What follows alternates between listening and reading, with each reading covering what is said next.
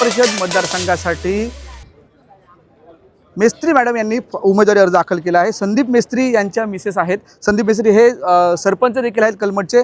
Madam, तुम्ही आज उमेदवारी अर्ज दाखल केला आहे जिल्हा परिषदेसाठी, काय रणनीती असेल?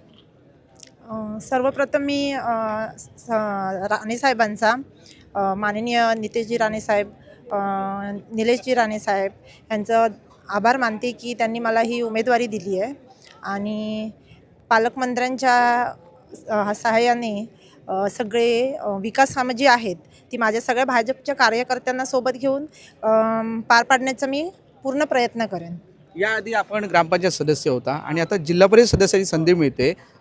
पुन्हा एकदा विश्वास आपल्याकडे भाजपने टाकलाय, कसं पाहता याकडे? भाजपने जो हा विश्वास माझ्यावर टाकला आहे तो मी पूर्णपणे सार्थकी लावेन याचं असं मी सांगते।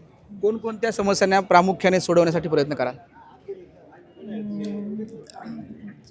विकास कामं जी काय असतील, पाण्याच्या असतील, शाळा, आरोग्य, सगळंच पार पाडण्याचा प्रयत्न करेन। मेस्त्री साहेब, सरपंच आहात तुम्ही, तुमच्याच मिसेसला तिकीट मिळालं आहे।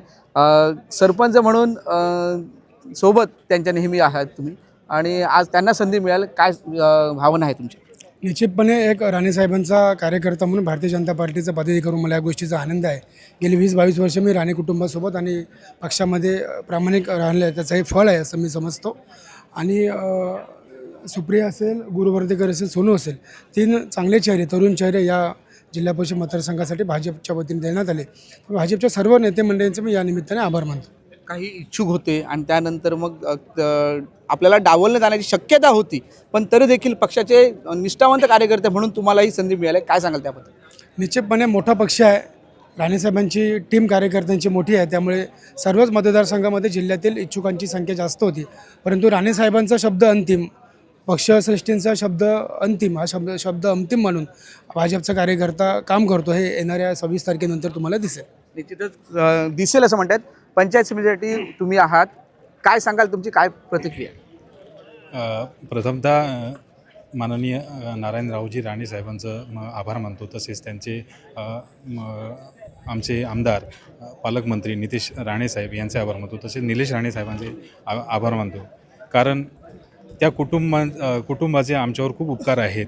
माझ्या बहिणीला पहिल्यांदाच पहिली जी पंचायत समिती मिळाली ती राणे साहेबांमुळेच मिळाली आणि आज त्यांनी त्या मुलीप्रमाणे आजपर्यंत माझ्या बहिणीला त्यांनी सांभाळलं आहे आणि तोच विश्वास त्यांनी माझ्यावर जो आज टाकला आहे तो पंचायत समिती सदस्य म्हणून सार्थकी लावण्याचा प्रयत्न करेन। बंडखोरी झाली आहे, अपक्ष उमेदवार देखील भरला आहे भाजपमधूनच, काय सांगा? बंडखोर उमेदवार आहेत ते पण आमचेच बंधू आहेत।